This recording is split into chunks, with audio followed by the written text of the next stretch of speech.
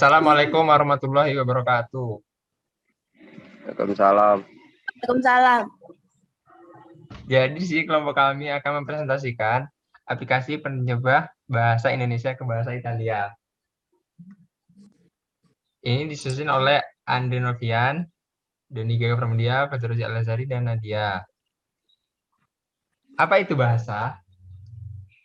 Bahasa itu adalah kemampuan yang dimiliki manusia untuk berkomunikasi dengan manusia lainnya menggunakan tanda, misalnya kata dan gerakan.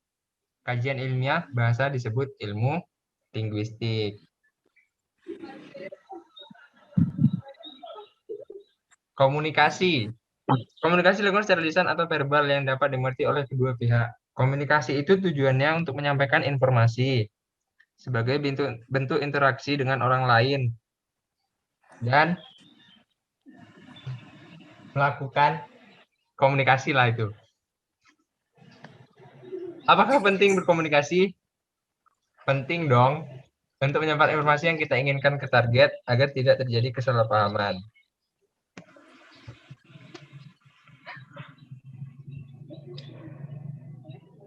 Saya lanjutkan. Bagaimana jika tidak ada komunikasi?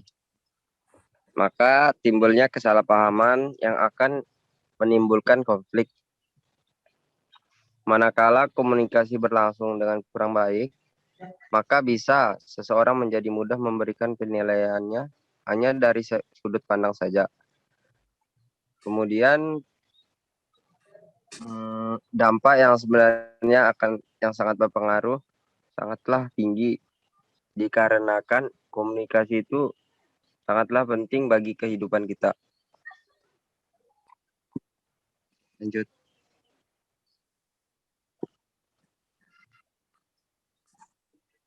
Ragam bahasa di dunia, bahasa yang terdapat di dunia ini berjumlah mencapai 6.500 bahasa. Lanjut. Jika tak memahami bahasa suatu negara, maka yang pertama orang itu tidak mengerti bahasa, kemudian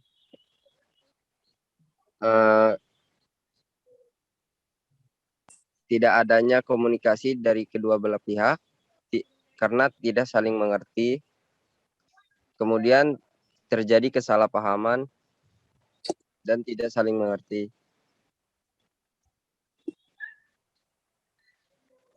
Saya lanjutkan.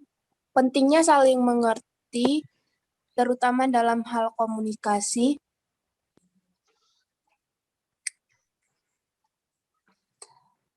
Implementasi aplikasi penerjemahan. Free menggunakan library yang disediakan pip install Google Trans. Second, menggunakan perintah agar dapat menggunakan library Google Trans from Google Trans import translator.